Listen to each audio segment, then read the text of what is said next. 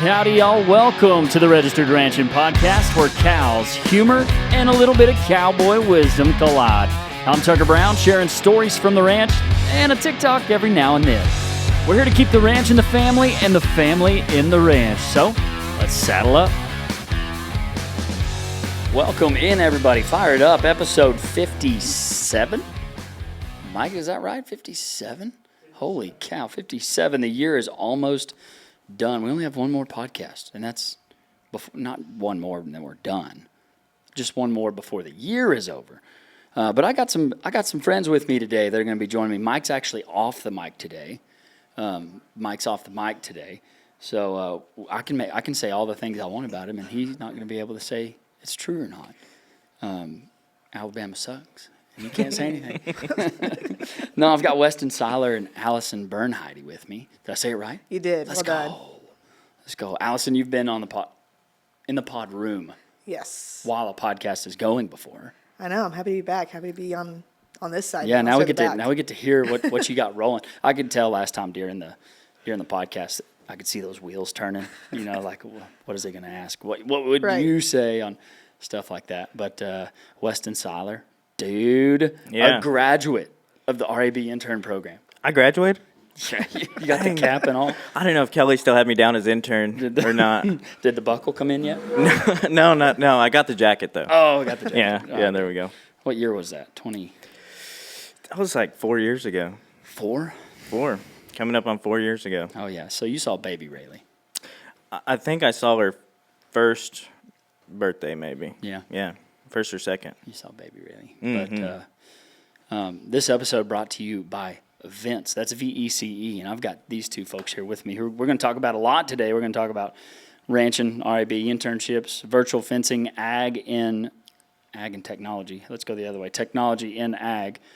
And so there's a lot we can cover here. Mm-hmm. But I would like to start out with, Weston, after you left, you were 26 when you did the RAB internship? Yes, yep, I think so. I was a little bit older. I went to college later in life. Went to junior college out of high school. Yeah. And then I went to work after junior college, and then I went back to university a little later in life, and then came to the R.A. Brown after that, looking for something to do for the summer. Yeah. And they're like, you got to come for a while. And I was like, 6 months. I'll be there. Yeah, I'll figure it out. And then for a while you were the only intern, right? Didn't that happen while you were here? So, yes, I showed up, or a week before, the foreman at the time called me and was like, hey, just so you know, the other 2 interns left or bailed on you. So you're only you. It's only you. And I was like, well, I better pull my hat down. Yeah. And because this is what I wanted to do, right? I wanted to come learn from Donald. Yeah. And wanted to learn. I'd never been anywhere really near the registered Angus business or cattle business for that matter, just commercial cow-calf and stalker calves. Mm. And so I wanted to see a different aspect. I wanted to learn a little bit more business. Wanted to learn some marketing from the man, Mr. Donald Brown. Me? Oh, my dad. And then when I met Tucker, I was like, well, I guess I better be in some videos. Yeah. Yeah, you got in some of those. Oh, yeah, we had a good time. Yeah, you got in some of those videos. That's fun. For sure. You want to talk about that football game the other day? Ooh. Which one are you talking about? Your alma mater? Yeah. We're talking about the volleyball national championship. Oh, yeah. And the meat judging national championship and the wool judging national championship. Yeah. Wow. Mm-hmm. That's what I meant. The wool judging is what I was game. Right? Yeah. Good game. Good game. Yeah, the Aggie alma mater. Yeah, that was a tough one. But you did a lot of. We talked a lot about some environmental grazing, soil health stuff while you were here too. That was kind of your deal at A&M, wasn't it? Yeah. So I got a bachelor's in rangeland and ecology management with an emphasis in ranch management. So that was my focus when I was there. Yeah, it was great. We have in that department, there's professors that managed ranches and or public lands for 20 years before they ever taught a class. and that was really practical and really hands-on. It was kind of like we kind of learned how to. You could go learn how to put together PVC and water lines, and then also like figure up stocking rates and maybe herbicide applications and things like that too. It was a very practical approach to a college degree. Yeah. Yeah. But you made it through the RAB internship. I did, and I loved it. What you have any good Donald Brown memories? Maybe they're TB memories, I don't know. Oh man. Yeah. I trying to think of a Donald Brown one. Well, me and him went to we went all the way to like deep West Texas, like to the Mackenzies. In Fort Stockton or south of Fort Stockton, I can't remember. And me and Donald made a long haul out there. And You were driving. And I was driving. Yep. And Donald was working, as he always is, Always. 4 a.m., typing real loud, typing real loud on the keyboard. You're like, you went to sleep at like 11:30. It's like, I got a full 40 minutes. Just like else. So just chipper as ever, just working and then get in the truck and he'll be working on the laptop. We drove all the way out there and all the way back, and it was just a wonderful experience. I learned so much about, customer relationships and, how important it is really to be good to people. And when you're, selling a product or offering genetics and things like that, just it was a great trip to learn like that emphasis on customer relationships. And not only that, I don't know how many sires we talked about on the way there and on the way back, right? Sure, The whole time, and just that knowledge of the registered Angus business, Red Angus and Black Angus. And then whenever you went straight to managing a place after you left, right? Yes. A ranch.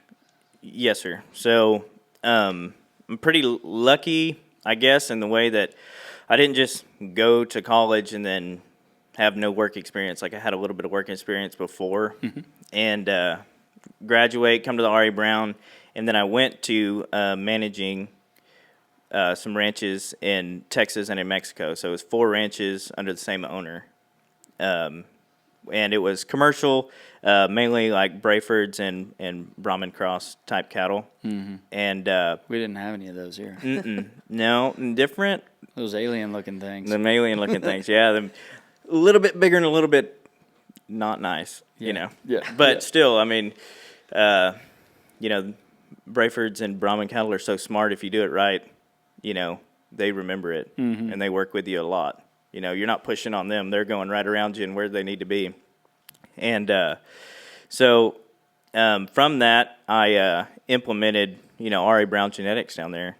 Yeah, you bought like 10 bulls the next year, didn't you? Mm-hmm. Or maybe 6, or then the next year 10, something like that. Yeah, so I bought almost 20 bulls, I think, over the course of a few years as we were cycling through kind of older Angus bulls. Yeah. I brought the red Angus bulls down there, and to seeing that performance difference for that part of the world was awesome. There's absolutely nothing wrong with Black Angus cows, and or bulls, and there's certainly not anything wrong with Red Angus either. They're awesome, and but that red hide down there really helps. That whole country down there is either tiger stripe cows or red cows. Yeah, they got to be tough to.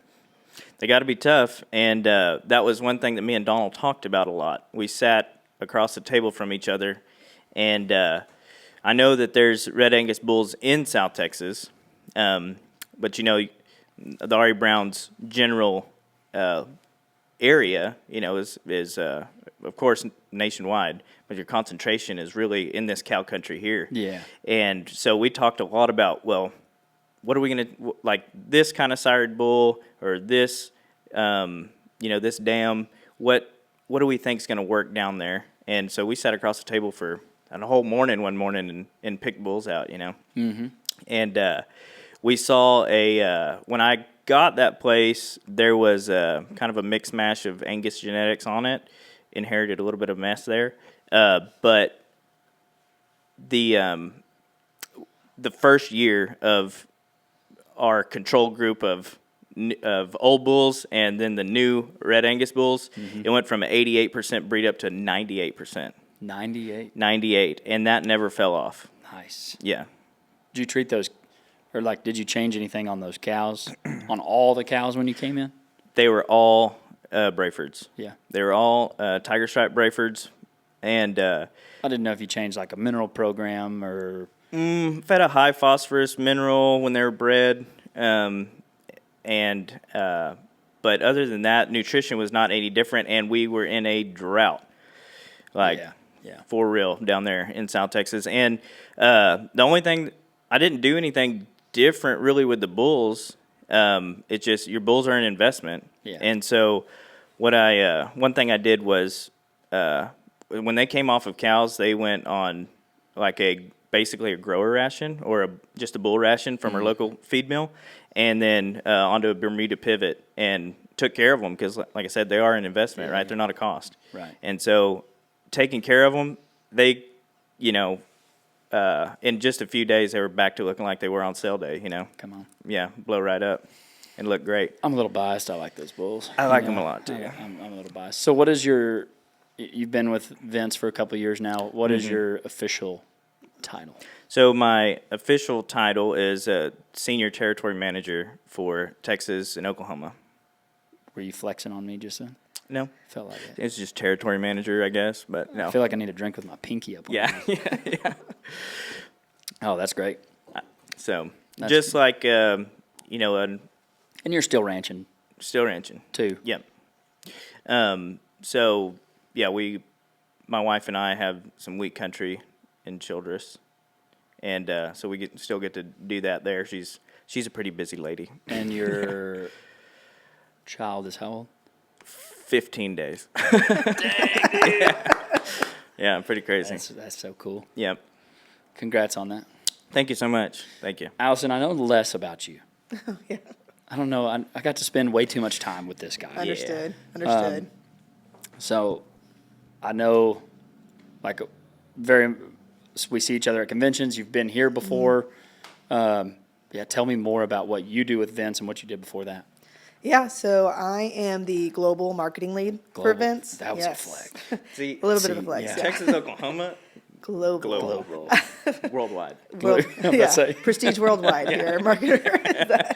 Yeah. But yeah, no, I've been with the Vence team it'll be 2 years in April. Okay. So I've been with Merck Animal Health, who bought Vence in 2022 for 8 years. I got an internship with them when I was doing grad school at Oklahoma State. Went to the same alma mater, yeah, go Pokes. Went to the same alma mater as our buddy Weston here, so good for also y'all. equally sad about Saturday, but pumped about all our other national championships. But yeah, so I grew up, when people ask where I'm from, I'm always say West Texas or Western Colorado. I grew up south of Lubbock where we ranched, and then we moved back to Western Colorado where my grandpa's ranch is at. And that's really where I go home now. We still own the ranch there on the western slope, running a Sim-Angus cow-calf operation. So, but yeah, since then, I mean, Vence has been a cool piece for me. I've gotten to work across all species. I never thought I'd work in animal health. I thought that was for veterinarians. Wasn't sure what I wanted to do in school. And then got an internship. I've been able to work across species. I lived in London for 2 years, managing the 2 ruminant. years? I didn't know that. Managing the ruminant business marketing team there for 2 years, and That's then wild. got to move back. And they said, "Hey, what about that virtual fence business we bought?" And so I said, "Roll on." Let's I go. love the technology side, so yeah, that's come from a cow calf ranching background, and now get to be on the Vence team, which has been a lot of fun. I love the semis. They're Yes. like if I had my own cow calf deal here, I feel like I'd be using maybe some red cows with a semi bull. Like that just Yeah. fires me up a little bit. Yeah, I Oh, agree. we love, especially up there where, I mean, they're on mountain land during the summer and we don't see them for 6 months. We need we need some growth and we need some hardiness up there for Yeah. them to be able to move and go. Some but good feet. yes, but it's also nice. My mom's family, my granddad was huge part of the Simmental Association, the Texas Simmental Association. And that's where him and your dad got to meet and get to know each Yeah. other through the years. And so there's definitely a huge love for Simmentals on both sides of my family for sure. Yeah, that's neat. So, how long what'd you say with Merck? 4 years? No, I wish. 8 years. I'll 8 say years. 8 years. 8 Yeah. years. Okay. Well, that's cool. So we've been using. I mean, you've been with Vence as long as we've Right. been using it. Is that almost 3 years now? 3 years? I'll say, yeah, I think you guys have been on it for it'll be 3 grazing seasons this summer, I think. Yeah. Yeah. Yeah, that's right. Well, you did mention a deal I want to touch on the technology that's really been introduced to agriculture in like the past 4 years. I feel like past 5 has been so much technology coming Right. into ag, and as Donald Brown would say, we don't have to change. But you will. You don't have to change, but you must be willing to compete with those that do. Yeah, that'll There you boy. go. That's a good Look at one. him. You graduated. Yep. You graduated. Yeah, well, I want to talk about that. I mean, working with Merck and global flex, globalizing the stuff you've seen in agriculture. What are some of those changes? How have you seen it impact ag and in different countries? I'm going to leave that open. Oh yeah, I mean it's so cool to see, especially from you look on the biopharma side. On average, it's going to take 10 years to launch a new vaccine, right? By the time ideation, R&D, going to do all the white papers, getting it approved, and then actually getting it to market. I mean, 10 years. I mean that's what we see on average 10 years, which is why we see a lot more changes more in how you'd administer a vaccine or maybe a claim on it that changes, right? And it's been insane for the 8 years I've been with Merck, just even the last 5 years, how many things we've like launched, of just like, okay, now we're launching Sensitive Dairy Young Stock, which is now monitoring for calves, and we didn't have that the year before. And now, with Vence being able to say, okay, now we're having the app, and then all these iterations we're going to be planning over the next 3 years and how quick that's going to go. For me, it's insane to see just how fast it moves. Yeah. And which has its pros and cons, right? Like you're also working with a target audience who's not used to change, like we talked about, right? And it's changing so fast. I remember when, John Deere came out with precision ag of mapping with their tractors, how many people were against that versus now there's very Every few. single I would say, yeah, person. there's very few farmers I see without that in their tractor. So for me, it's just how quick it is and how excited people get about it, especially the next generation of ranchers. That's what I've seen from a global level of how excited they get, and also how people use it. I think technology, just like anything, comes out with an intended use. Vence is one of those, comes out with an intended use. And the way ranchers have found different ways to use it to make themselves more efficient. So I think especially when we get into Europe that has a lot more intensive like animal welfare laws around that, how are they going to be able to use technology? We think about California, the pressure on sows, swine production, poultry production, if not being able to use, sow crates or housing for chickens, and we're having to change a lot of that times 10 in Europe. And so how are they able to use technology to be able to continue to still produce food at a much higher quality level with more intense standards?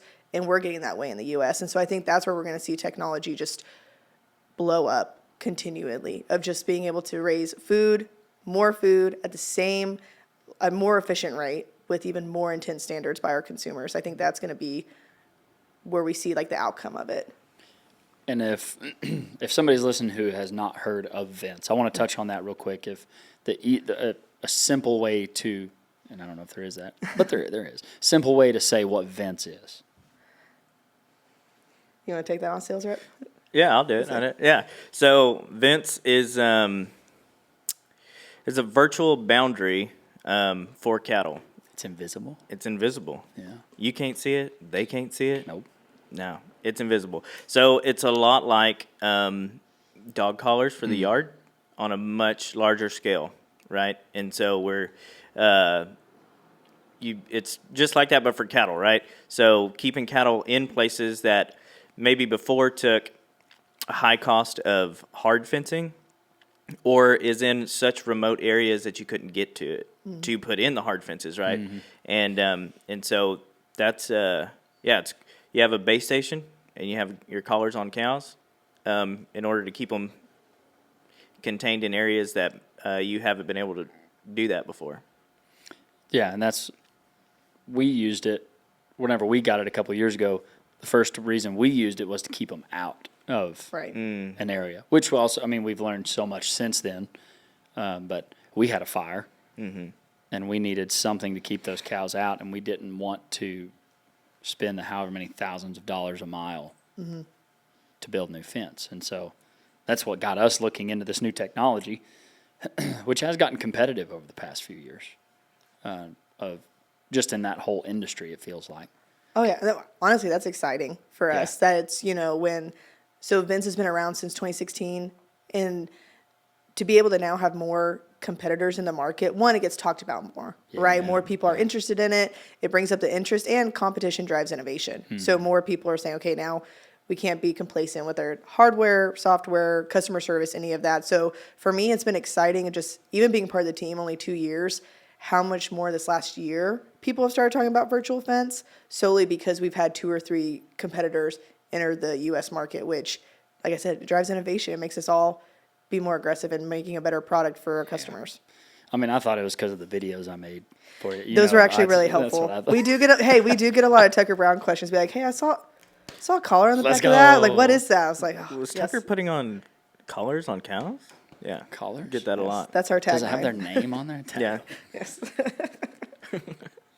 So with the technology in ag, it feels like a hot topic right now. But because you're right, what do they say? The average rancher is 64 years old. Right. Right. And then we're setting at this. I'm looking at the industry from 30,000 foot view at the moment. Average 64-year-old rancher, cattle prices at record prices, and then more availability to technology than there's ever been until tomorrow. Right. Yeah. I mean, it's kind of an odd time. And I know, I'm just like RAB bulls are an investment, so is this product. So is virtual fence, and got to be able to learn how to use it. And but I feel like that's why it's a hot topic of, can we use it? Is it affordable? Can I, where do I make money from it? I told on my stories on Instagram, I gave the opportunity for people to ask questions, and a lot of those questions were about those things. Like I feel like there's more interest in this product, like you said, from my following than there ever has been. Because for a long time it was just like they wouldn't even look at it. Roll the eye and be like, no, that's not for me. And then I feel like they went and fixed fence a couple times, and they're like, okay, what was that thing he did? Yeah. What was that thing? But what are some of those things that virtual fence helps with? Where does this technology fit into the ranching industry besides being an invisible boundary?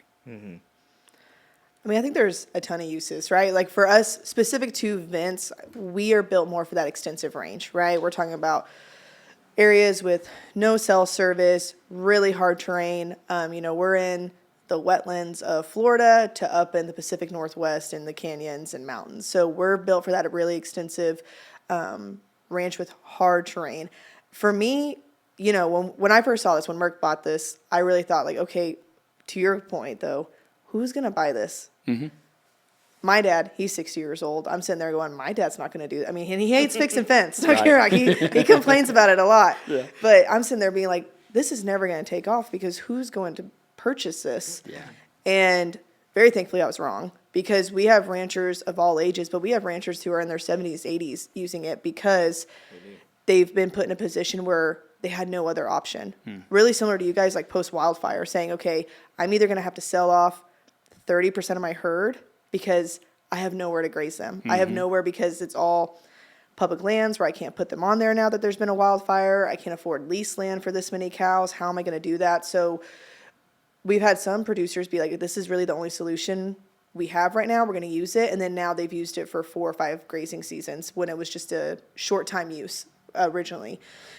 It's been cool to see just the way ranchers have seen it work to improve, I would say, that quality of life, right? Like that qualitative piece of it, of not having to fix fence, being able to use their time for other things. Like my favorite, we have the Ivins Ranch in southeast Utah, right? And they said it used to take us 2 weeks of straight riding to gather cows, and now it takes them about 3 days, because they're able to find those cows, ride to them. And one of my favorites, they talked about, we get to take our daughters on vacation. We get to go to basketball games. Like there's that qualitative piece. We don't think about it. Yeah. But there's always this ROI it's more than a time and labor saving tool. So I know Weston, when he was on Rancher Success, like helped ranchers find like the coolest ways to use them in that aspect. But I would say once we get to your point, it's an investment. Once ranchers actually see how they can use it and see that the technology works, and I think this applies to any tech, it's so fun to watch them learn, and it's so fun for them to see like how it fits their ranch and different. We've learned things like, oh, I didn't know. Yeah, that's a great, marketing. I'm like, that's a great point. Okay, I'm like, can you say that so I can write that down as a I'm gonna comment? record that real Yeah, quick. I was like, say it again. But it's just been cool to see the way they've used it, no matter what age. I mean, we have next generation ranchers like you using it, and then we have people 80s where it's just a husband and wife, and like they are the sole, people on the ranch, and for them to be able to use it. Yeah, I love it about that. Oh, do you have something? I do. Yeah. And another thing is that like you say, average age of rancher 65 or whatever. And how many people do you hear like, oh, I don't know who I'm going to give this to, or I don't know how am I going to get it down to the next one, or the next ones don't care about it or something. But it's kind of like I challenge some of these people to, hey, show your, like, if you acquire Vence and you have Vence, show your grandkids cows on your phone. Next time they say, you got any games on your phone? Be like, no, but I got some cows. Yeah. You show them your cows, and they'll be like, all right, let's now really go check cows, like like we normally do, right? Yeah, I hadn't thought about that. Go out, go to the pasture and be like, see these cows on the phone or on the laptop? These are those cows, right? And now you can wake up in the morning and be like, hey, Check those cows. let's check these cows on your phone real quick, because you'd normally get up and check your stories, check your Instagram reels or whatever.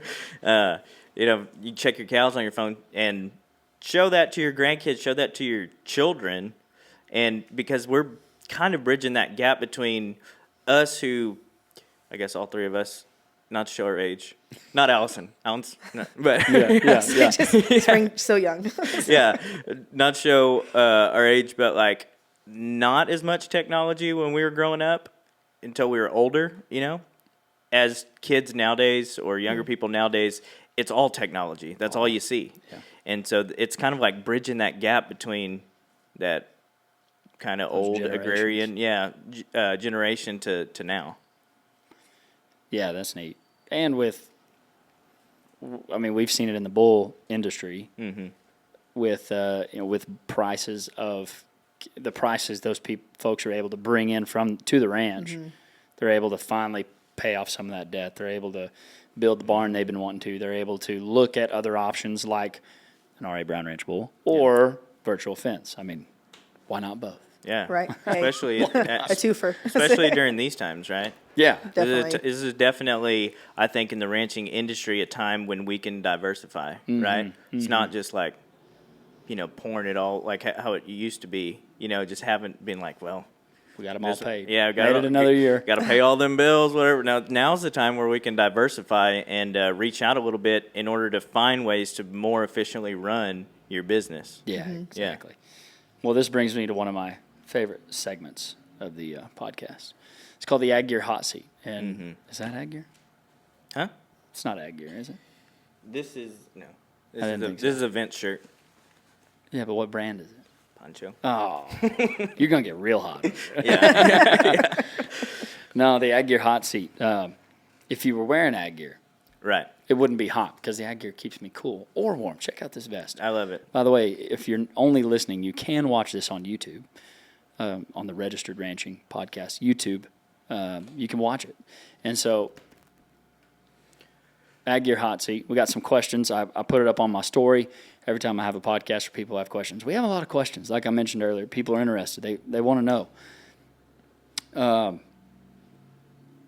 we're going to start out with people are hearing more of these businesses and the competition that's coming into the industry. What sets the collars apart from others on the market?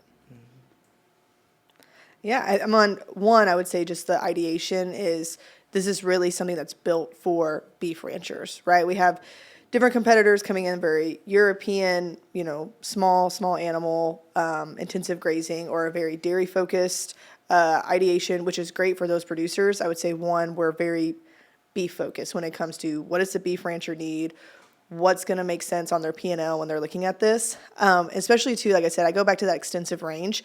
A lot of my favorite question is like, why have no cell service? So it's not going to work. It's like, no, we're actually built for that. You know, we're ones that no matter where you are, as long as you're in coverage of our base station, you're going to be able to see your cows anywhere on those GPS locations. So I would say we're very hardy. We're built for everything from the hot, humid wetlands, like I said, in Florida to blizzards in the West. So I would say we're really built for the extensive range, industrial, and hardy when it comes to that. And we're backed by Merck, which is, to me, really exciting. There's a lot of R&D dollars in that. And like I said, technology is moving fast. It's hard to keep up. All of us are trying to keep up, especially keep up with what our ranchers want. So having that Merck backing with R&D, I think just really showcases longevity of what we're trying to do, not only in the U.S., but across Canada, Australia, South America, New Zealand.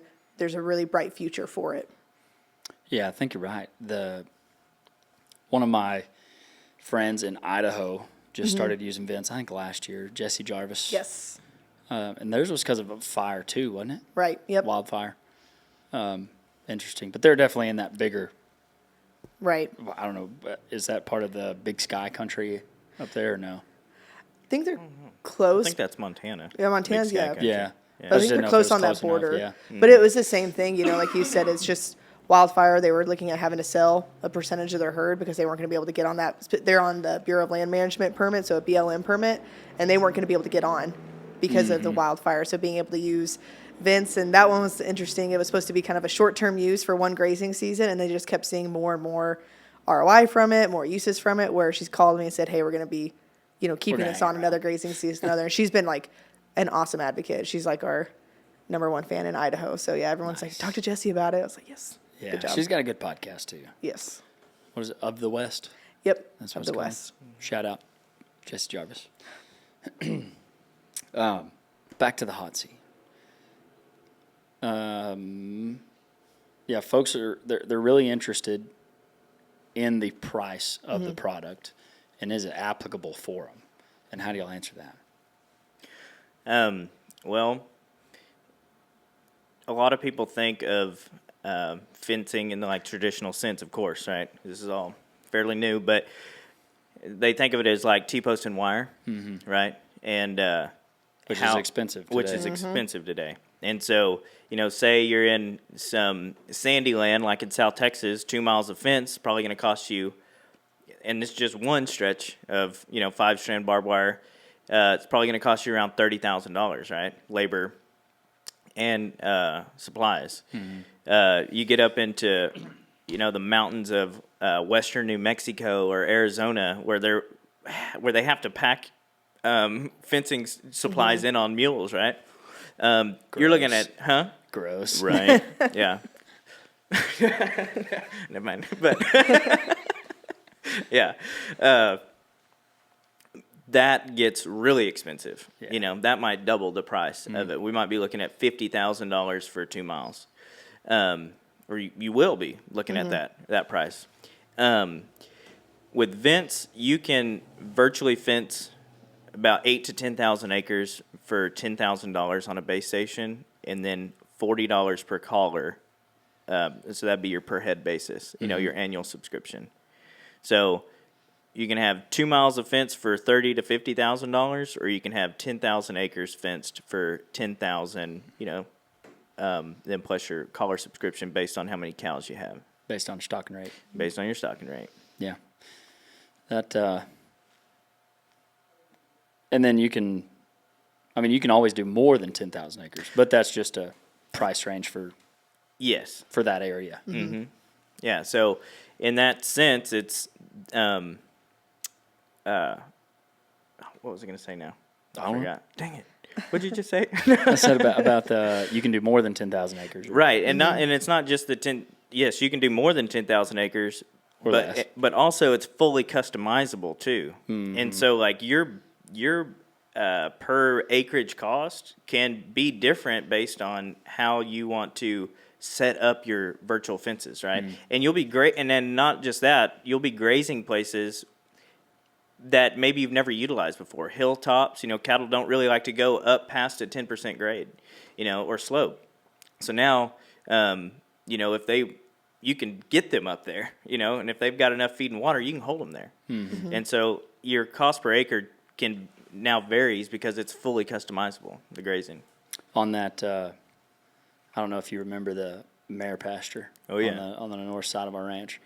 So it's got those two big draws in the middle and the one hillside that they don't really like to stay on. There's also not water up there. Right. But we've been able to hold those cattle on the southwest side of that pasture now, because normally they're on the north side by the creek and they hang Hammer there. it. Yeah, but with Vence, we've been able to hold them on the southwest side, where there is water, but then force them to the top of that hill to eat. And we're actually now thinking about building a tank up there so that we can hold them there. Yeah. And we've been able to graze that pasture a whole lot better with all of those dips and draws and fun gathering place. Right. Oh, yeah. That is a good one to gather. I remember that we had an intern from Missouri one time, and we went to gather it, and he was like, will they not call? And I was can't like, hear you. I was like, well, some of them will, but those over there can't hear us. And I know there's 4 over there, Right. that we got to go get. And he was like, so this is like a search and rescue party? I was like, yeah. He's like, we do not do this in Missouri. Yeah. Mare pasture search and rescue. Yeah, exactly. Hey, but now with Vence, you can just ride right to them. Yeah, we See it on your phone. We can tell exactly where they are, and we've done that. Yeah. Plenty. Do you have any trouble with collars getting hung up or caught on trees or pipes? So, the collar, first, I just want to throw this out there, and Allison, jump in anytime, but sorry. The collar is designed to break away with 600 pounds of force. So, if you're running like an English type cow, black cows, or, Angus influence or something, hopefully they're not 1,700 pounders, 12 and 1,300 pound cows, it just takes her setting back on it, for it to pop off. Mm-hmm. That being said, these collars are used in brush in South Texas that's so thick that, jackrabbits crawl on their bellies to get through. And then also in the Mountain West in areas where the possibility of them getting hung on a pinion stump and, or like deadfalls or anything like that is very likely. It could, that could happen. But these collars, we don't see that. The fitment and the breakaway is what keeps them from hanging up. In places that would seem likely. Yeah. Yeah. I mean, it's a pretty neat thing to see them, push through the brush with that collar on, and not worry about anything. And none of them, they don't come back wearing a mesquite limb, you know what I mean, or anything like that. They just roll right through the brush. But the fitment of the collar is so good that's what keeps it from happening. Mm-hmm. Well, I think I always like to talk about, it goes back to the technology question you asked and how fast it moves. We had one season where we tried a new attachment style, and it was awful, right? We had collars dropping. They weren't staying on the way we wanted to. So that was one of the nice things I love about technology. It was that I was like, okay, that didn't work. Let's retry. Let's redo this. And then change the attachment style where now we have, I'd say less than 5% drop rate on most ranches if it's like proper fitment, right? So I think it just goes back to the technology piece too of just there's a problem. Okay, we need to fix it. And it's not going to take 3 years to fix. It's going to take 2 or 3 bad customer experiences where it's like, okay, let's fix this. And then now here we are almost 2 grazing seasons later with that less than 5% drop rate because of that. Oh yeah. I would say like from being on Rancher Success, like for a little while, that would be something that I would hear about or I would have heard about. But the change of attachment style, I mean, I would go down to like 2%. Yeah. Yeah. By fitment, you're talking about the actual rancher fitting that on putting the animal collar on and making sure it's not too loose, too tight in that. So. Mm-hmm. Got another good question here. This person's thinking ahead. After you set a perimeter, how does it allow livestock to get away from predators? And you could take that like wildfire or predators or something chasing it. Well, I think, and your dad says this, so it's a really good line. It's just going to be like any fence. They're going to pressure it. They're going to run through it. Whether it's a wildfire, they're going to run through a barbed wire fence. whether it's, up in Colorado where we have a wolf problem right now, they're going to run through that fence. So one of the nice things about Vence too is that it's a one-way gate as well. So say calf's on the other side, predator, right? Mama cow's going to go through that. Mama cow can come back to the herd without getting the collar like pressure or stimulation on that. So she's going to be able to come back. One of the things on the other side of the predator piece is we've actually seen ranchers in Colorado being able to move their cattle away from where we know cougar dens are, where we know bear dens are, and especially where on the Colorado side, we know where those wolves are, especially because there's tracking on there and there's a lot of range riders right now showing because we have a lot of new pups going on right now. We have a lot. Wild. We That have a is lot. so far away from my thought process. I know. Right. We have a lot more. Wolf problem in Colorado is a big topic right now, but it's one of those where we're actually able to use that virtual boundary to be able to push them away from predators where we know hunting grounds are as well, or where we know there's a heavy elk population where wolves are going to be. But in terms of the question pressuring that, it's going to be like any fence. That cow's going to be able to run through that. Once she gets past that shock zone, she's not going to get that pressure anymore, so it's not going to be like continue to run and her get that pressure. Once she goes through that zone, she's good to go. And especially on the wildfire side, we're able to turn those virtual boundaries off where they're able to run without any sound or shock stimulation in that. And the tracking doesn't stop if she makes it through getting away from predators. So if, a group of them get chased out by, a pack of wolves or something like that, you'll still see where they are, even though they step outside of it. 2 more questions here. Can it work for winter grazing in corn?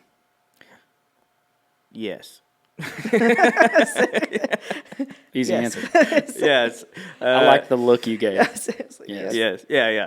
No, well, you think of, if we're talking about corn country, we're talking about sections, and a lot of them are in just square sections, right? Yeah. And so, you would just be you would just be cutting your corn stalk fields, I guess, in half or in quarters or something, and holding them in certain areas, Yeah. Easy. Yes. Yes.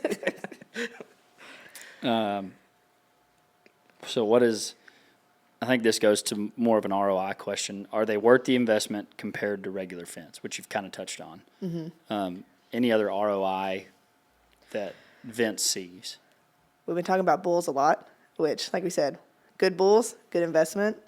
One of the things I like the most about is like we've actually seen ranchers talk about they've had increased bull longevity because they're able to push their cows closer together so their bulls aren't having to travel as far when they're wanting to breed cows. And one of our ranchers in Montana said they've had I think a 20% increase in pregnancy rate or something just because they've been able to push their cows so close together where they know where those bulls are going. They're able to use their bulls, 2-3 seasons longer than they had before. So that's been really cool. We said that probably switched to RAB bulls. Is probably, but I'm telling you, there's some co-promotion there. We can talk about. Yeah, for real. Yeah. I'll say, and I mean, even from when it comes to calving seasons and being able to say, okay, there's my first calf heifers here, there's my heavy breds here, and then I have some of my open cows here. Just being able to know where they are, ride to them. I know that some of your interns told me last year that was nice of being able to say, okay, we know who was calving, being able to look on their phone and say, okay, I know I need to ride out to this tag because she was going off by herself earlier. So that's where she is, at 2 a.m. trying to find her. Yeah. So I think, I guess time, labor, but it's also like the cool things of just seeing how people are just increasing their efficiency where, I don't know if Vence was built in mind at the beginning to say, oh, this will increase, breeding productivity, but we've been able to see ranchers do that, which has been really cool to see. I know you've seen a couple things on looking at some of the health checks in that. I didn't think about that. I got a hot seat one for that. Go. Yeah. But talking about ROI in the sense of, T-post and wire, I think is you can't even look at Vence this way because it's the new iteration of fencing, right? It's just like, we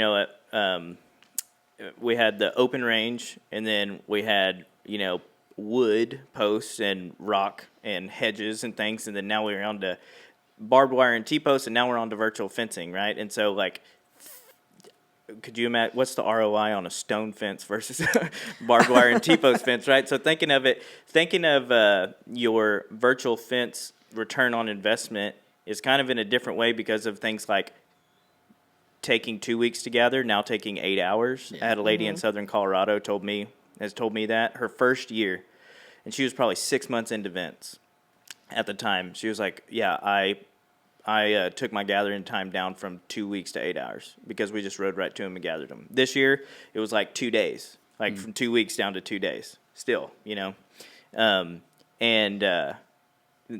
that was another thing is she had less help this year because labor is getting shorter and shorter, right? Yeah. And so she's still able to do all the things that she normally does with less help. But also, like, other things to think about is, like, I know this one's kind of crazy, but in Florida, keeping cattle away from gators. We had a rancher in Florida, Jim Strickland. I've also never had to think about that. No, you don't have to. Yeah. But That's when you know it gets a little ranchy when you see ear bites when you go through Florida. Yeah. so torn up Brayford ears and whatnot. But yeah, Jim Strickland, they added it up that they saved at least 20 calves from alligator attacks over keeping those cows different away places. Yeah, from where they knew the gators keeping were. them out of wherever alligators live. In the water. We deal with them all the time here. Yeah, so much. Throckmorton, but yes. So Childress area, I hear they're tough. Right, yeah, CV. But what's 20 calves today, right? That's a pretty good paycheck. Yeah, he it's a bunch saved today. So that's a different kind of return on investment, right? That's cool. Yeah. One more question on here. I don't know who asked this one. Who is your favorite boss and why is it Tugger Brown? Who did you direct that question? We can't hear Mike's answer. It was a great time being interns together, Tucker. Yeah, we were about to say, I'm pretty much the full-time intern. Yeah. Interns together. I forgot about that. Yeah. And Vence is actually bringing an intern to us. Yeah, from Australia. From Australia. And Ethan, he's doing some sort of project over there, or is it over here? It's over here. Over here. Yep. So he's going to be, we're not 100% sure yet because there's so many cool things. I mean, like we talked about ROI and really wanting it to also be beneficial to what you guys are doing on the ranch too. But yeah, he's going to be coming hopefully in February. I was just on the phone with him the other day. So He got pushed back. he got pushed back, yeah. So you'll have I think it's August. Now. Okay, gotcha. I think it's August now. You'll have a Southern Mississippi accent and an Australian accent to decipher between. So Yeah. but he's a cool kid. I think he's gonna have a lot of fun. I think he's gonna learn a lot here. I hope so. We were apparently the visa availability is a little more difficult in the past 12 months Yes. Then to get. But yeah, we're glad he's going to be able to come for I think it's 3 months and yep. going to do that. So, but the internship program can lead you a bunch of different. What do we have? 2 of our past interns at 2 of them. Vence. Me and Grace Ingley. Yep. And then one's going to work just left us to go to Fairpiece. Yeah. Man, I don't know. It's like we're stepping stool. You just But used a good me. one. I know. It's like I was like, hey Don, who's the top talent this year? Say we can Send us one. send us one. But That's it right. has been. I mean, it has been cool to see from the internship, program you guys run of just the quality of. I'm gonna call you kids, even though we're the same age, but quality of kids that like come over of just the things I will say of like having ran the internship at Merck a couple of years of the things you don't have to teach them, and not having to be worried about them being available, them treating people right, being hard workers. So yeah, I think we have Weston who's been promoted in 1 year to a different role, and Grace is Flex.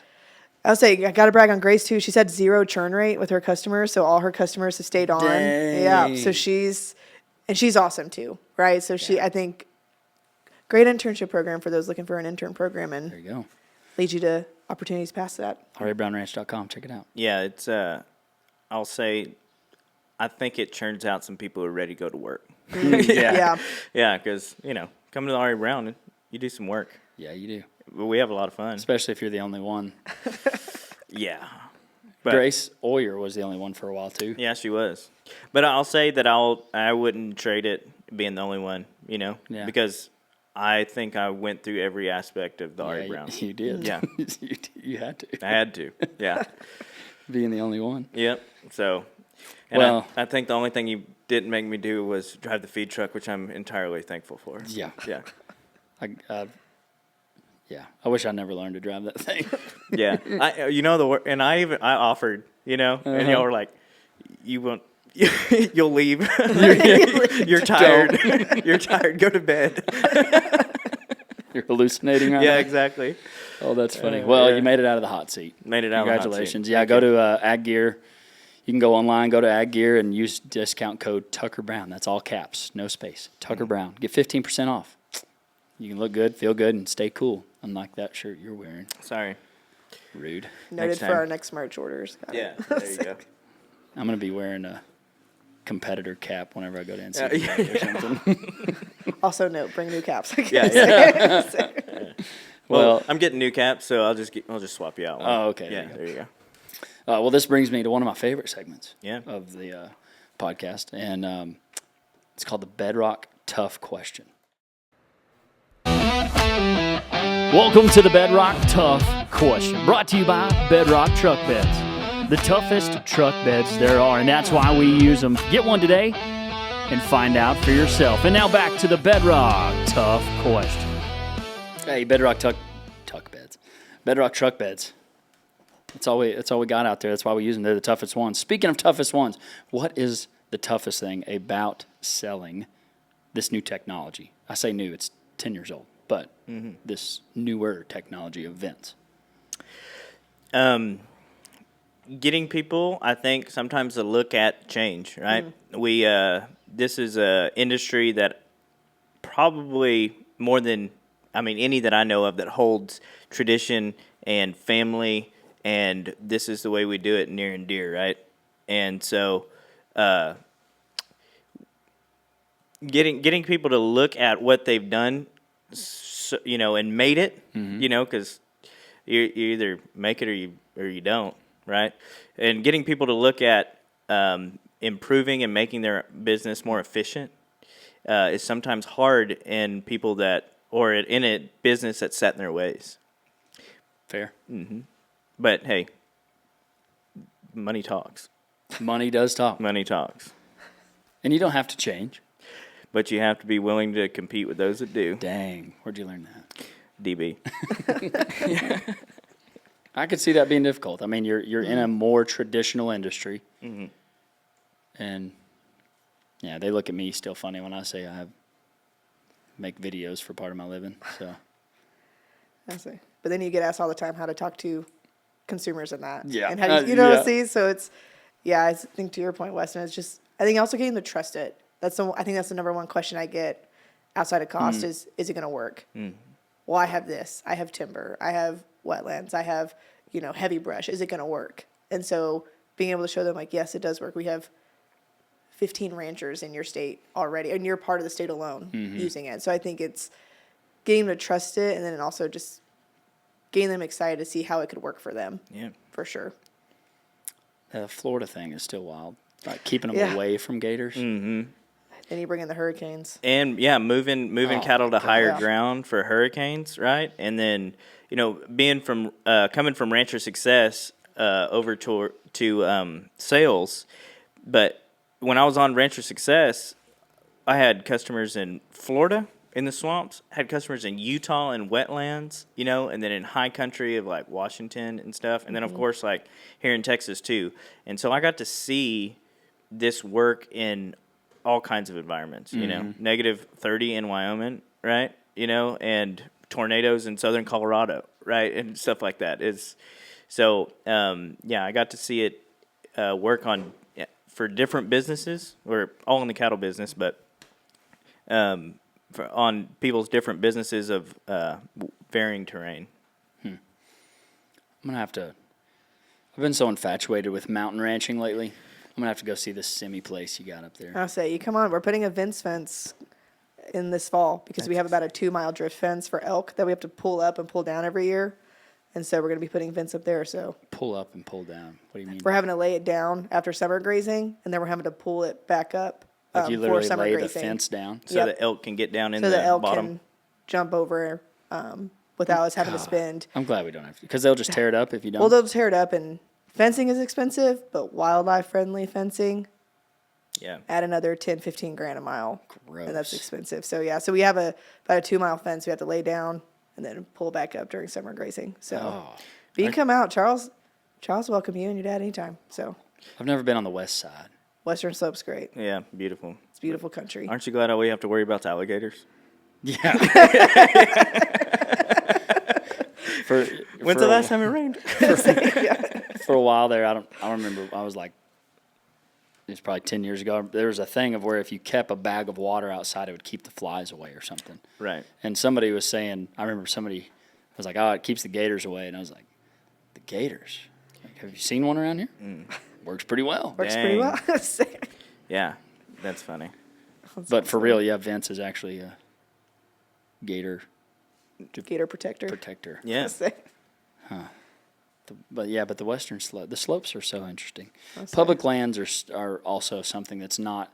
Well, we're out of the bedrock tough question, so we made it. We made it out of there. Shout out Bedrock. Go check them out. If you need a bedrock truck bed that's going to last and work and stay tough, use Bedrock truck beds. I also had a bedrock truck bed on my last truck. Yeah. I got a new truck, so now I got to put another one on it. Oh, there you go. Yeah. I know a guy. I thought you did. I know a guy. You just tuck around. Speaking of that, Yeah. no, I wish I had a discount code with them. I'd share it. I'd share it everywhere. All right. Are y'all on public lands on the west west side? On the west side, yes. Yeah, we run public land, so we have a couple BLM permits and Forest Service permits up there just because we're in a drought too, and there's not a lot of land in the valley to be able to graze cattle there. So really similar to a lot of the west, we move cattle up around June or July up on the mountain for summer grazing, and then we'll pull them back down to the valley about October, November timeframe, depending on how bad the drought is. And then we calve out in late January, early Feb. So, and a lot of ranchers do that on the western side. So permits typically are about a 10-year agreement with the BLM and Forest Service. No matter what administration we're in, there's always pressure on public lands, especially now post-COVID. We've had a lot of people move out, to different parts of western U.S., so there's a lot of pressure on public lands for recreation use. Yeah. Which is great. I'm all about get outside, do all the things. That leaves for a lot of people opening gates, not closing them. That leaves a lot of opportunity to not want fences where typically fences have been in areas, and even building houses down at the valleys of a lot of those public lands. So we do a lot with the public lands when we talk about BLM and Forest Service. So we have about, I think, over 4.5 million acres covered right now in public lands. And that just continues to grow just for what we're built for. But there's a lot of pressure on how ranchers are using it, as well as just, like I said, I mean, we've had one permit for 70 years. So those fences are old. And so being able to use something like Vence instead of we got quoted $60,000 a mile for just regular barbed wire fence, just because of the topography and having to pack things in. So using something like a virtual fencing tool would be a game changer for us, just like it has been for a lot of those ranchers on public lands. Yeah. What are some of those? I mean, that leaving gates open is just brutal. Hunters. Brutal. Yeah, thankfully we have cattle guards anywhere we have hunters now, because no matter what, Right. it's an issue. Like no matter how good of a guy they are, unless you're the one that has the liability of those animals or whatever, it's like, I'll just be real quick. I'm just going to jump in real quick. Even we do that sometimes. Then you go out another gate. Yeah, they don't even think about it. Yeah. Oh, it's brutal. But that is one that kind of reminds me of in that same mare pasture on our north side where we don't put mares anymore. Our neighbor to the west buys his bulls from the sale barn. Oh yeah. And so we don't want our cows getting bred by those, and we don't know what he's bringing with him. Right. Trick or yeah. And so we, like during the breeding season, we only allow our cows to hit the west side of that fence once they're at least in their second trimester. And we can only do that with Vence, whereas before we could not even go in that pasture from fear of some kind of disease or a sale barn bull breeding one of our cows. Right.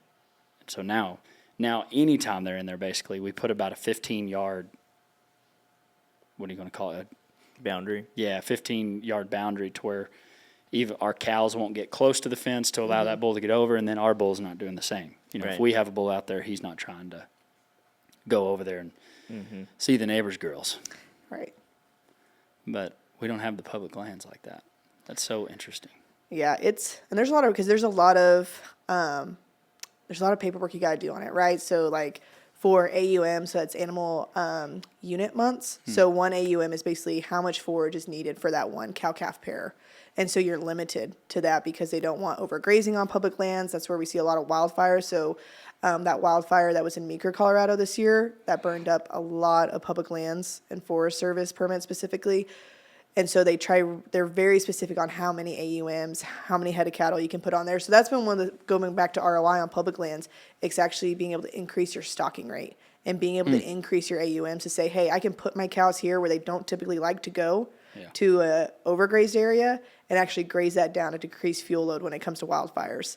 And being able to keep them, especially off a lot of these lands, have a lot of sensitive Native American areas, and they don't want to put up a hard fence around every, when we see like a buffalo cliff drop or anything like old teepees or cave drawings, they don't want to put up a hard fence across all those. So actually being able to use Vence to be able to keep cattle out of those and out of sensitive areas has been even just like from a cool cultural perspective of how they're just protecting public lands. Public lands are so important, especially to the Western. I know we would not be able to run cows like we're running now if we did not have our summer permits, because we wouldn't have anywhere to grow. We would have no grass, for them to graze. It just, so being able to use public lands in the way a lot of ranchers have been using them, just to be able to keep their permits, but also being able to put more cattle on there and spend less money on leased ground in the valley has been huge for our ranchers. Go ahead. And from like an ecological standpoint, there's, like she was talking about, sensitive areas like riparian areas where maybe there are endangered species that inhabit, or there's potential habitat there for an endangered species to live. Yeah. They don't want cattle grazing there, right? And so now, instead of them saying, hey, or somebody saying, hey, we can't graze right here right now, like this season, because there's potential habitat or this species has been found here, we can just fence that off virtually, fence that area off virtually, and allow cattle to still graze there, but not make it down to these like sensitive areas. Yeah. My favorite story is a rancher in Arizona who, him and the Forest Service just sued each other every year because he had this really sensitive area where a parrot would come up from Mexico. Oh yeah. Every year, very special parrot. And so then he started using Vence and was actually able to show data, be like, no, it's obviously like, deer or something else coming through here because my cows are not touching it, for the domesticated parrot from Mexico. So wow. Yeah, protecting the parrots and protecting cows from gators. So. Yeah. And that. Protecting the parrot. Hey, we're doing what we can. Yeah. Yeah. Yeah, so on that, what'd you say, animal unit? Animal unit months. Do they do that by weight, or is it just by head count? Typically it's by head count, I believe. By it's off of a formula for a cow-calf pair generally, right? So like if you have a lactating cow with an unweaned calf, that's one animal unit, or two stalkers. Yeah. Two stalker calves. That's an animal unit. A lactating cow with an unweaned calf and two stalker or two stalker calves. Yeah. Same thing on that. Same. And they have one cost like across that, like per unit. Yeah. Huh. The west side. West West side. Side. Come hang out. Charles will take you for an elk hunt too. Oh, darn it. I'm going to have to go now. Yeah. Dang it. It's always my last card. I was There like, you go. And it has an elk hunt. Yeah, slide that. Yeah. Yeah. Slide it. Yeah. If the deal wasn't sweet enough. Yeah. Here you go. But y'all are putting it in the fall? Putting Vence in? Yep. So we're going to be putting Vence in this fall for that specific fencing area. I think we'll find a lot more uses to do it, especially one of my favorite things is how much acreage you can cover, and you can have multiple users on it. It's very similar to all of our cell phones are probably pinging off the same tower right now, but we don't see any of each other's data. So him and a cohort of ranchers who have, we'll just call it the mountain, have like 3 or 4 different permits on that, are all looking at bringing in Vence this year, especially because of drought. it's going to be a huge help to not haul water to them, to be able to keep them where water is, and being able to keep them off those sensitive zones where we typically have had water before, but because of really rough droughts the last 3 summers, water's not there. So being able to keep them where the water is. Yeah.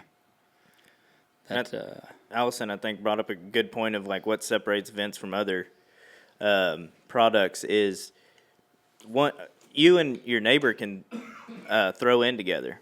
You know, you and your neighbor can buy towers together, and you can have your own account, and he can have his own account, and neither one of y'all see what's going on On the other side. the other person. You see your stuff, but not the other. Yeah, so Right. if like So we were that's new to neighbors, me. you would be doing your thing, and Yeah. I'd be doing my thing, and I have no idea what Tucker's doing. Huh. Yeah, that's new to me. I didn't pick that up. So, like I said, you know, you and a couple other ranchers could get together and buy it, split some costs up and things like that, and still cover what you need without being in each other's business. Do you see any folks using it on stalkers, or is it? I feel like it's typically cow calf pair, but I mean cow calf operations. What have you seen there? So it's typically for the cow-calf business because even though a cow's nutritional requirements changes through the year and she'll get thin and she'll get fleshy and thin and fleshy throughout the year, you know, the neck size isn't growing. She's not changing much. But on stalker calves, like if you're on some irrigated pasture or in good grazing and they're putting on 2.8 pounds a day, right? That neck's going to grow pretty quickly, and so you don't want to cause any damage to of the course. calf itself. You know, especially makes sense. with how much they cost right now. Right. Yeah, or ever, but yeah. We just sold some calves the other day. We shipped them to the Warika barn. Oh yeah, Crazy. I mean, even with the politics of whatever just happened in the last 2 months, right. I'm not really playing my little fiddle. No, I think Because the that cash was market still is- ridiculous. Cash market, I think, is not as much following the futures market. Like if you look around you, everybody's still doing pretty good. You look at Right. if you look at the board, I think everybody gets Yeah. a little shaky. But if you just take, you know, if you look right around you, the cash market's doing pretty good. Yeah, I need to. Good point. Because the cash market's good, but that board did worry some folks. Yeah, and I mean, understandable, but Yeah. look at like stocks. You know what I mean? If somebody sneezes in Brazil, you know, Apple loses $30. You know what I mean? But But they still sell a phone for. but they're still going to sell. $1,200 Yeah, or cash whatever. market not following the board. Yeah, that's why we sold. It was just 33 heads, so it was kind of awkward. We didn't have a full load. We were just kind of. Yeah. That's why we took them to a barn. Cows? Yearlings. Oh yeah, yeah. Yeah, they were weighing. They sorted them in 2 groups. One weighing 920, one weighing 698. Mm-hmm. The ones that were for 920 sold for $329 a pound, Not bad. and the ones weighing 700 sold for $387. Mm-hmm. I liked that. Yeah. We can go to Disney World. I say it's not a bad Disney day. World. That's right. Or you could go buy an Ari Brown bull And and Vence. And Vence. Yeah. You buy both of those. You could buy both of them. Yeah. Dang, I wonder what. Is there a correlation to. This would be interesting. Yeah, Donald likes the correlation of what's a bull worth. 3 fed calves or 5 weaned calves. Yep. 5. Yep. I wonder if is there a thought of a correlation with Vence? What is Vence worth? Yeah. Like, How many calves do I need to sell? so people think of that a lot because that's how they're used to thinking of paying for a fence, right? Yeah. How many times have you heard, my cow's got to pay for my place? Yeah. Right? It's like, well, your cows might not pay that lease. You know, in 2012 they weren't. Nope. In 2016 they were paying both of them. Yeah. You know, Yeah. And then now they're paying both of them again. Yeah. Right, or more. But like right now, that's what I was trying to explain earlier. Is like now's the time to think about diversifying and making yourself more efficient because we know. And we don't want to think about it, but a downturn is in any market, right? Sure. Yeah. History tells us it's going to happen. It's going to happen. But right now, get while the getting's good. Cotton tie. Yeah, smoke them while you got them. Smoke them while you got them. Yes, sir. That's good. Would you get wild questions about Vence? I mean, I feel like you have to. Sitting at a booth. Oh yeah. Back to the wolf thing. Get asked if we can collar the wolves. I'm like, Oh, collar the wolf. yeah, it's like most of the wolves are already collared by the government. Yeah. We cannot collar those wolves or It's illegal. Who's gonna hold them down? yeah, they're like, but we could intersect. They're like, can't you correlate the data and the Yeah. base stations? I'm like, no, so you can't. Hack into it, wolf collar. We get asked a lot of questions about feral or wild horses are a big thing too. On public lands, we get yeah, asked a they lot to collar horses, which is a no-go for us. I was at the Tribal Lands Alliance meeting in Vegas, and a lot of questions around buffalo and collaring buffalo, which we have collared a few buffalo. You have. Yes. Biggest challenge is just keeping the collar on, just I was about because to they're say smart. that shoulder. They're I all feel like head. would be Yes. tough. Yeah, all shoulder. And they're so smart. They're so smart. Once they figure out how they can get that collar off, they're going to go and find Do it again. pipe, things like Again. that to be able to hook it on and leave. So I get a lot of questions about what animals we can collar. And so wolves, horses, and bison are the ones I get asked the most about. Well, what's in the future for Vence? I think there's a lot. I think it goes back to just technology moving so fast, right? Looking at cow states, is it rumination, is it heat detection, is it temperature detection? The biggest things like that is just technology limitations of making sure battery life makes sense for that. And then also not creating something that, maybe a dairy producer would want or a sheep and goat farmer would want, but maybe that's not what a beef rancher wants. So making sure we're creating the right things. But I think there's a lot of exciting things happening with looking at bulls, what we can do on the bull side of that, what we can do on cow states for health monitoring, and even just more features on the app, right? More features on the app. What do you guys want to see? What does that look like for heat grazing maps? Public lands is going to change, so what can we even change on those dashboards that people are going to want to see to keep their permits? So I think the future is very, very bright for not only Vence, but virtual fencing in general and that technology of how it's going to evolve. I've seen my dad and I, we always have like a wish list, Yeah. of like way out there. What are we? Dad loves this he loves this yeah. brainstorming stuff Yeah. of like, Write your obituary. He's told me that before. yeah, he does. Every intern, he gets to write their obituary. Ooh, yeah. Yeah, so we're thinking way, way- Lord willing, way out there. there. Yeah. Well, he loves to put down a wish list of things, in my lifetime, what am I going to see? Yeah. And now, like never before have these been on it, but now with all this technology the past couple of years that's come about, like would we be able to have a collar that can recognize when a cow's in heat and then recognize when a bull is there? Yeah. Right. To where we know which bull bred what cow. Like there's already things coming around of can we know one is calving? Like I feel that may be a little closer than the first one. What are some other things? Like I should have wrote them down. I love the idea of cameras and collars. That's something we've talked about too, to that point of where are they going? Where can you see they're going? You can see it on GPS location, but then also too from like you said, what bull bred them? What Yeah. does that look like? But yeah, I think there's a lot of cool. We definitely have an R&D wish list for sure too. I wonder, couldn't we? Yeah, could a camera figure out how much they're eating? And Right. Could we figure out an efficiency score from a cow? I hadn't thought about that one. Adding that one to the list. That's Add a that good one. one. Adding that one to the list. Dad would love that one too. Yeah. Yeah. How long they've been eating, when they come to water, how long they lay up and chew their cud, things like that. Yeah. That's so much data. right.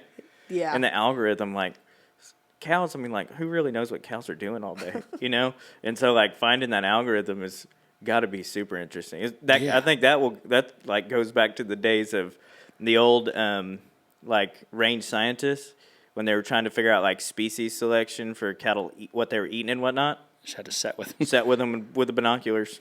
Well, they ate that one, write that down. Yeah. So, yeah, the algorithm's crazy. But now You it'll would go do so something much like that. faster, Yep. Yeah. You Yeah. would do something like that though. Oh, yeah, yeah. It's like, oh, it just ate a cockleburr. What's wrong with that cow? Mark those genetics down. yeah. Write that down. Yeah, Yeah. those I don't know, those things feel attainable now, which is and it may not be for a while, but As fast as that's everything's It's on the moving. roadmap. so Yeah. fascinating. Man. Any other is AI becoming a part or anything like that in the future that will pair with Vence? I think there's huge opportunities. I think about, the average rancher looking at, okay, drawing like a virtual fence, right? And Rancher Success, they're there basically 24/7 when you need them, but they can't be there. We're all human. They can't be there everywhere. But being able to draw a virtual fence and getting an alert, be like, you don't have water there. You know, and it's like, because maybe you're not paying attention or you're just drawing fences. I think being able to detect things like that, I think being able to, from like that customer side of just maybe like ease of customer journey, I think there could be some really cool AI technology we can use in that. It's just avoiding user error, because they're going to be able to have that kind of bot right there to be able. I mean, one of the questions I get sometimes: how do I change my cow's colors? I'm like, oh, I don't know that. You know, I want to change it from purple to pink. Yeah, I'm like, I don't know that. You know, and being able to simply like using that to being able to say like, hey, what if we drew your Vences this way to be able to move your cows, you know, closer to water or keep them off this cliff edge? Something that just extra help in that customer journey, I think would be really cool. Oh yeah, like truly adaptive grazing, like real time adaptive grazing. You know, like going back and being like, okay, and you can do that in the Vence program. Is go back and through grazing data and see what they've been doing.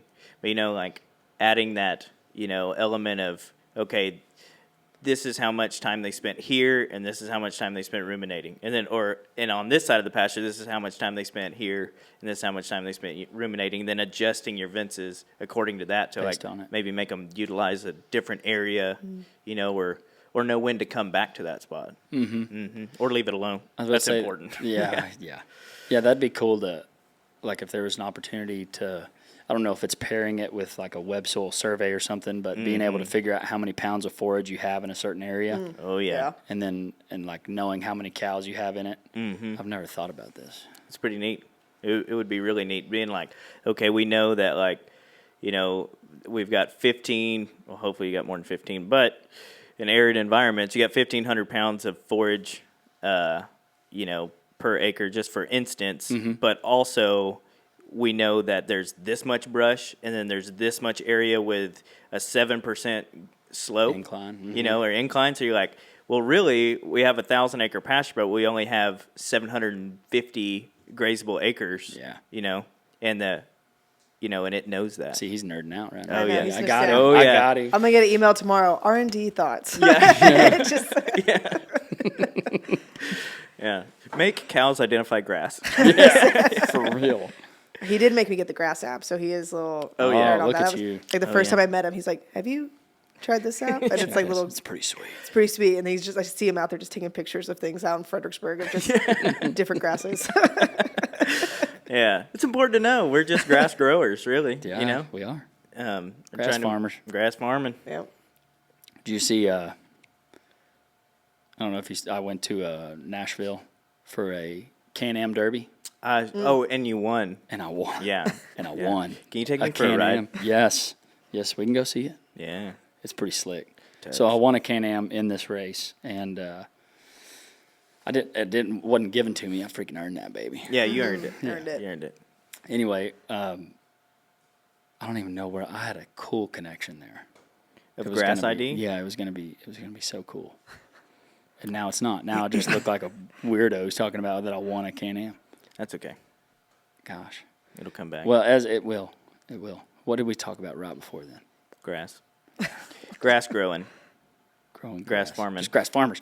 That's what it was. So while we were there, Dale Brisby was the announcer. Oh, He was the announcer I of bet this he was derby. awesome. And he was like, "Here's Tucker Brown. He's a farmer from Texas." That's funny. That's funny. And every time I would race, he would say something like, "Tucker doesn't even have a driver's license. He uses his horse and buggy all the time. So this is really good for him." Yeah. He was just hounding me. Oh, I about bet he was a being- great mediator, though. Yeah, he did. He Yeah. did do a good job. MC. But yeah, there's this clip that Can-Am posted about, like, and Tucker, a farmer from Texas, and Right. Dale, and they sent it to me. They're like, "You're a farmer? You're a farmer. We're a grass farmer." That's funny. That's Congrats. funny. I I'm bet glad- he was hilarious. I'm at glad that. we were able to Yeah, connect correlate that. I was feeling dumb for like 30 seconds. I was like, It came back around. I was like, where's this? Cool. Okay. That's awesome. Well, as what else about Vence do people need to know before we hit the life advice? Well, we have some really neat things coming up, like projects, I would say. One of them being going back to screwworm. You asked me about that. Oh, dude, how did we go? So I think I got to rambling, So it comes back around. Yeah. Everybody's waiting on screwworm, right? Or anticipating it. Yeah. And I think Trying to prep. I think we'll be really ready. We got TSCRA, not just lobbying, but doing the deal. They've got the plans set forth for, I believe, the Edinburgh or The one in South Texas Rio. Yeah, being built. I think it's in Edinburgh. And I don't care where it is, as long as it's in Texas and being built. And Secretary of everybody's on board, and we know it's coming. So, what are the hard parts of screwworm now versus during the times that it was here up into the 70s and early 80s, right? Labor. We don't have as much labor. Not near as much. Huh? Not near as much. Used to, people would have to ride, you ride through cattle all the time. And there's areas of the world that happens still. But, you have to be Johnny on the spot for newborn calves. And in places where, we have woody encroachment and stuff is thick and they shade up and have their calves in there, you may not see them. So in South Texas, we're going to have a project happening that we're going to use passive capture to catch them in water lots. So, you have water, like maybe say a pasture, 4 pastures come together at a corner. You got a big pila or a big water trough there, and you have a catch pin, essentially, at the water lot. And so we can draw a Vence across that gate where we leave the physical gate open, draw a virtual fence across that gate, and the cows can walk into it, but they can't walk back out. And so over the course of the day, as they walk in, they won't walk back out. And so the herd winds up in the water lot, and now, 1 or 2 guys can ride in there and check all of them in one location, and they're all... So you don't have to ride the entire... So you don't have to ride the entire pasture However many prowling all acres. day. Yeah, you don't have to lie out and prowl early in the morning or try and catch them, out and about in the brush country. You can catch them at water, and they'll all be there. And so you can ride in, check for, open wounds, navel on newborn calves, and things like that to know you need to pull that animal and doctor them, Going down over there, Mike? Saddle shop ghost. Yeah, if you've never been to the saddle shop here in Throckmorton, the Mitchell's Mercantile, you got to stop in. It's pretty cool, huh? Yeah. They got ropes guaranteed to make you rope better. And that's why I buy them. Yeah. All of my ropes before had a hole in them. But not anymore. Not from here. Not from Mitchell's. Well, that screwworm deal, that is interesting. Yes. I've never thought about the use of Vence to be able to prep for that or use it. Well, and then not just that, but like GPS locations in real time, right? Making sure you check every single one of them if you are prowling. Exactly. If you're prowling through, you'll know, like, you can pull it up on your phone and be like, okay, she was here, 10 minutes ago. She was here 2 minutes ago. I'm going to ride right over there to her and check her calf, right? Or I'm going to check her, whatever it may be. Yeah. And then not only that, like, we have a lot of, like, I'm just saying South Texas because that is where this project's going to take place, right? Sure. So in South Texas, we know a large driver of the economy is wildlife, right? And so say we know that there's like a population of, I don't know, white-tailed deer over here, or this is where we're hunting. We don't want cattle to go over there because we know screwworm's not just going to stick to cows, right? And like we can keep cattle out of areas that we know, say like, for instance, like wild hogs and white-tailed deer hang out, just like as a preventative measure. I know that fly can travel a little ways, but they don't travel that far unless they're on something. Yeah. Or in a hurricane. Yes, or in a hurricane. So having that exclusion or quarantine kind of area in your own pastures, I think is going to help too. Not just that, keeping them tight so you can ride through them. You can check them. Yeah, we do use it. I mean, we check our heifers every 4 hours. We're about to start heifer checking. Yeah. every 4 hours through the night. And that was a game changer. Vence was a game changer for us because I can pull it up, and one's off by herself, and I don't have to cover the entire area looking for that last cow, that last heifer, because I know exactly where she is. Yeah. Lifesaver. Yes. Sleep saver. Sleep saver, saver. definitely. And then you're like, I got to recount them. Like, I don't remember. I don't remember where I was at. Did I leave the water on? We need a Vence for that. Yeah, for real. Yeah, like just, hey, this cow is calving. Oh, and also you left the water on the pens. Like, you got to go do that. Oh, thank you, Vence. Yeah. Double tap that with a heart. Yeah, like that. Use code Tucker Brown. Yeah. Yeah.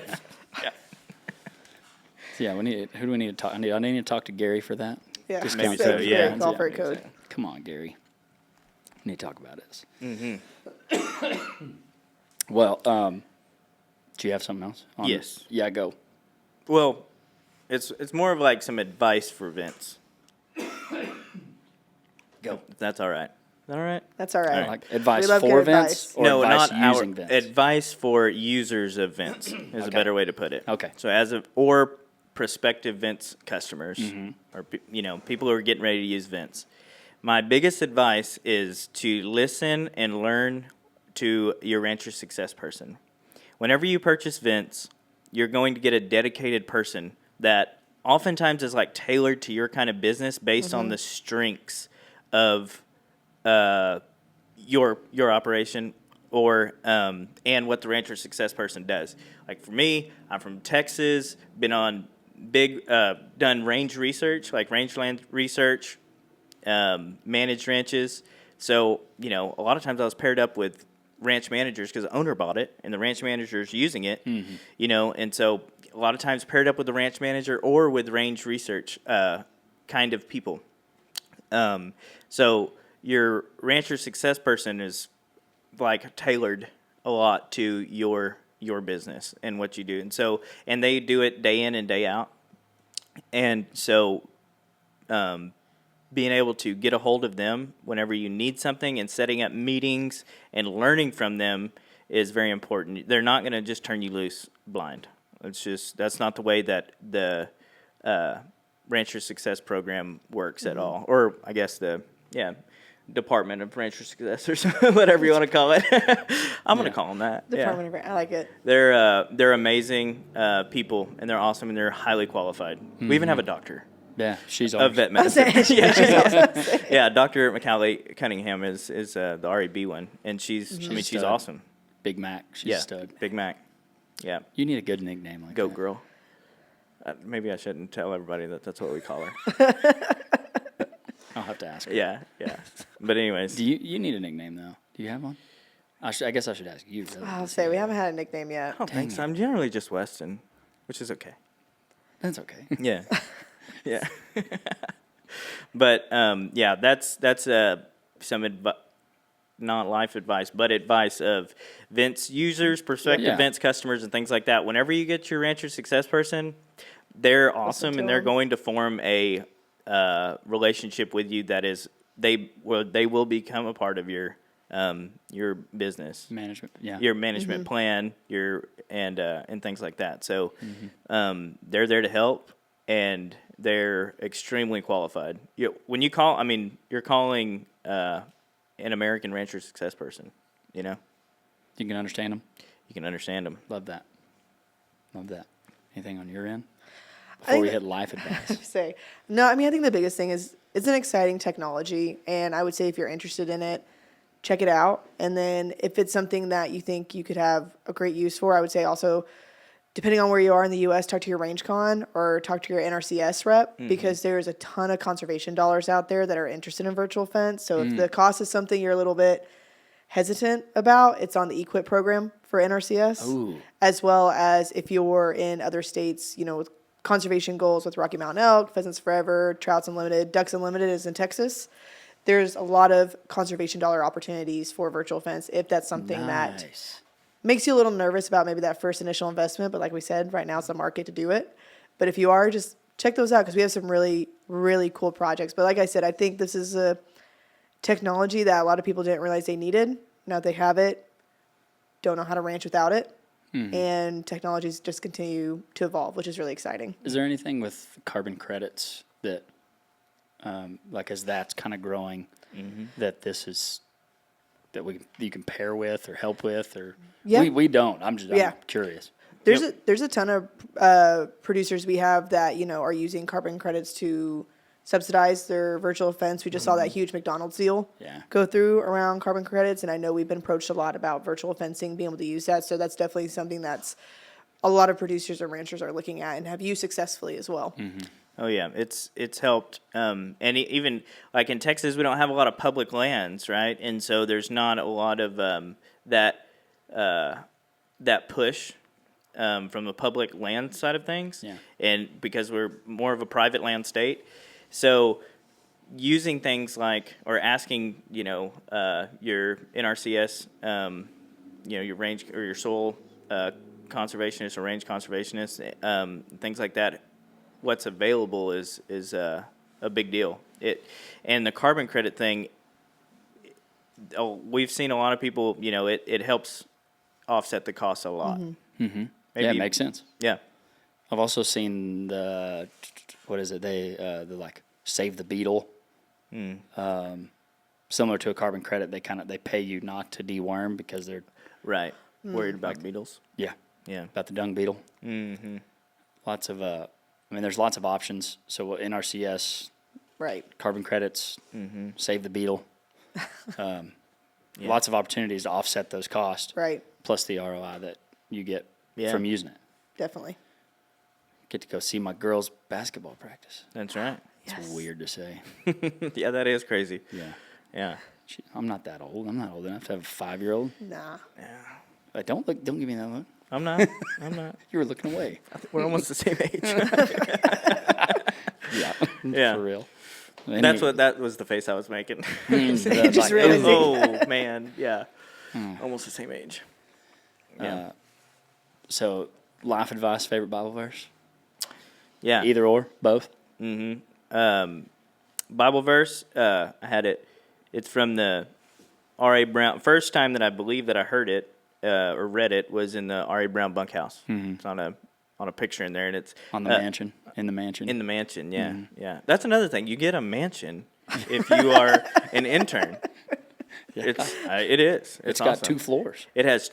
It's 2 floors. Washer and dryer, fridge. Stove. Yeah. what Mini more is fridge it? or full fridge? Full Full fridge. fridge. Dang. With a freezer. Piano. Yeah, for people who play piano with all your free time at the R.A. Brown. R.A. Brown, Oh, piano, your free time. R.A. Yeah. Brown piano bar? Yeah, the piano bar at the bunkhouse. So, but yeah, first place I saw it or remember seeing it was hanging on a picture in the bunkhouse, and it's a man's pride brings him low, but honor upholds the humble spirit. And that's Proverbs 29:23. I like Proverbs. Me too. I like Proverbs a lot. Read one a day. You do? No, you can read one a day over a month. Like one chapter. Because yeah. I knock need it to do out. that actually in a month. I don't think I've actually ever done it in a month. Yeah, I don't think I've knocked it out in a month either, but you can. But I like it. Yeah, I love it. Wisdom. Is that your life advice too? Life advice? It can be. It is good life advice. Yeah, it is good life advice. I don't know that I have much life advice. Just pull your hat down and go to work. Go on. Keep the felt on and keep riding. Yeah, there's... you can't hire a man who wears a straw hat or rolls his own cigarettes because he'll either be Too busy chasing his hat or trying to roll a cigarette. But, yeah, my life advice to everybody, especially nowadays when people are like, well, you can't get this or can't do that or blah, blah, blah. Just pull your hat down and go to work and be happy where you're at and just keep moving forward. Yeah. I feel like it's relatively easy to stand out right now from that side of things. Yeah. Yes. Just a little more work. Yeah. Big ROI. Big ROI. I like it. Yeah. What do you got? We're going to stick in Proverbs. Yes. I'll say. Yeah. Because my granddad's favorite verse, and I think my verse for 26. Proverbs 3:5-6. Trust in the Lord with all your heart and not rely on your own understanding. In all your ways know him, and he'll make your path straight. That's Rayleigh's favorite. See? Say it before bed every night. Oh. She's like, watch how fast I can say it. She's going to be an auctioneer. Like Yeah, probably. Betty Botter. She's- Bet about it, yeah. Yeah. That's awesome. No, yeah, definitely, yeah. Proverbs January is a good month to start that every day for sure. Proverbs. Yeah, I know a lot of people do that. Kick January off with A proverb a day. 31 days proverb a day. So Proverb a day. yes, Look at that. I think in life advice, I always tell college students this when I get to go do any guest lectures or talk about development is your opportunities are only as broad as the box you put yourself in. So Absolutely. Don't box yourself in. don't box yourself At in. least make it a big box. I'll say, at least make it like a roomy box, you know, when you talk about that. Like a so. mansion. Like a Exactly. Like a RAB Brown mansion. Ranch bunkhouse. Yes. Ari Brown Bunkhouse Mansion. Exactly. So I like that. Mike, you got one? You can use my mic. Speaking of, you know how I did the Cowboy Cupid? I don't know if you've seen it, where you have to do an application to yeah. Right. go on a date. He got one? He got one. You It's got official. They're dating. Oh, they're dating? Nuh-uh. Yeah, Well it's done. official. Is, And we're about to is that your first Cowboy Cupid accomplishment? successful. Yeah, I mean, there have been multiple dates, but there's never been a like. Never been a good-looking guy like this guy right here. Who just loves Bama. Just loves Heck Bama. yeah. Yeah, roll tide, roll tide. All right, this is for the season. It's Luke 2:7, and she gave birth to her firstborn, a son. She wrapped him in cloths and placed him in a manger because there was no guest room available for them. That's our Lord and Savior Jesus Christ, folks. That's right. For the season. For the season. The I'm Christmas so excited season. about a successful Cowboy Cupid. That's awesome. Yeah, that's awesome. We have had one other, they dated for, I think, you haven't surpassed their time of dating. Huh? It was with Grace Ingley. Oh, I yeah. would say, I remember It was with Ingley. They're not together anymore, but I'll have to ask officially, but What's your ballpark? ballpark was probably like 2 months. Yeah. Okay. Okay, Dang. easy. Easy. Easy. Yeah, we're about to post that video. You need to send that to me. Could I will. Share it on the Vence page. Could you imagine? Could you imagine being Mary, rolling up to the inn, or riding up to the inn on your donk, and going, "I need a place to stay because I'm finna have a baby," and they go, "We don't have one," and I don't know why she wasn't like, "You don't understand." Listen, Yeah, the water is broken. yeah. Not just that. It's separated. This is Jesus. Jesus, Jesus. Yeah. I don't think you understand who's There's in that gonna be 3 wise men come. There's gonna be a boy playing the drums. Like They're you bringing better frankincense and myrrh in here. Yes. No, y'all need to watch this I'll like take show. the sweet. This show did like the Old Testament, but like Office themed. Oh. Like panning to them and stuff like that. I need to watch that. Y'all need to watch. Oh, it's so funny. But they did one, and then I think they did one of like coming to the inn and everything, but it's like Office themed, or like they'll like pan to like great. Right. Mary really quick, and she just like looks at the Looks at the camera. camera. Like, I think so. Mike is watching The Office for the first time right now. Oh, Oh, nice. man. His middle name is Scott. There's so many Michael Scott. No way. culture things to learn at. Can I have your autograph? Sure, yeah. So, yeah, there's a lot of culture at The Office Sick. that you learn. Watching The Office for the first time. Yeah. Awesome. Oh, that's so cool. Well, where do they, if somebody wants to learn more about Vence, where do they go? Yep, you can go to our website, Vence, VENCEFENCE.com. Vence Fence. Also, check us out on Facebook or Instagram. You'll see a lot of our customer testimonials there, a lot of what we talked about today, a lot of the cool projects we're on, and also where we're going to be if you're interested in seeing us at NCBA, state shows, TSCRA will be there. So, yeah, come to see us. We'd love to just talk to you more about Virtual Fence and see if it'd be a great tool for your ranch. I'll be there too. Yeah. I'll say you'll be there. We can slap hands. That's right. Oh, we'll have Piano five. bar. Back to Nashville. Yeah, I've Back in actually never Nashville. been. Well, I went for to win a Can-Am. Yeah. But Flex. Did you go like downtown or anything? no, I Yeah. didn't. Mike did. Yeah. Oh, that a boy. Yeah. It's actually, Pretty crowded. it's not that fun. I don't know. The next morning you looked like You had, Like you had a some lot of fun. you looked like you had a lot of fun. Well, come find me at NCBA. Well, we'll have some fun. He's just scarred from NFR. He's just like, I Yeah. can't go anywhere big No more. crowds. No more big crowds. Yeah.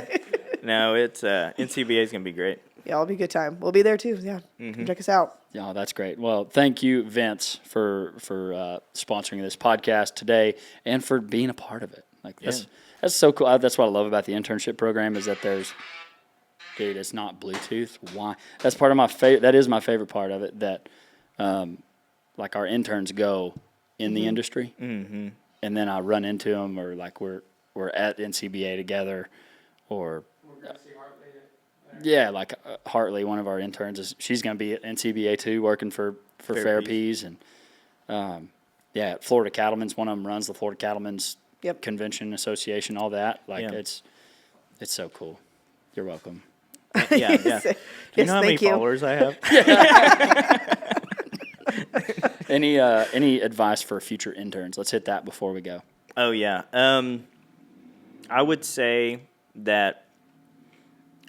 So I don't want to give away too many details about the interview process because it's pretty secret, and you guys they take you way off in the middle of nowhere. And, right, Mike, you were there. Mike was there. But anyways, in the interview process, I think everybody or a lot of people when they are building a resume or they need to. Or they're talking to somebody about getting hired or something, it's usually like, well, I'm graduating college and I need to do this or I need to do that or whatever. I would definitely say that you should think about definitely saying that you're willing to work and willing to learn. Mm-hmm. And that is going to take you pretty far. Right. Yeah, I think mine was like, I think I said something to Gabe about like PVC and water lines or something, and I got it. You got plenty of water line work. I got plenty of water line work, yeah.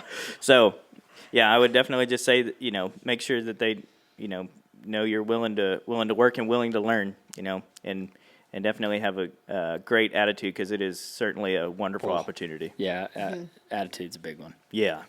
Attitude's a big one for us. Smile, be happy. Amen. Well, Allison and Weston, thank you so much for joining the Registered Ranching Podcast. You have a sign out? Mm-hmm. What? Do you have a sign out? A sign out? Yeah. Bye. Yeah. Bye. Well, see ya. Yeah. Hey, we're gonna have to hook you up with some caps. We'll get you some Registered Ranching caps. Yeah, we'll make trade. Deal. You've been listening to the Registered Ranching Podcast. Check out Vence. It's shockingly good, if you know what I'm saying. Until next time, y'all stay classy. Give us a 5-star review. Helps us out. Gets the wheels turning. Gets us out there. We do have an exciting one for the very first podcast of 2025 from Georgia, a hunter. She's kind of famous. It's a big deal. I'm excited. But until next time, folks, y'all stay classy and ranch on them.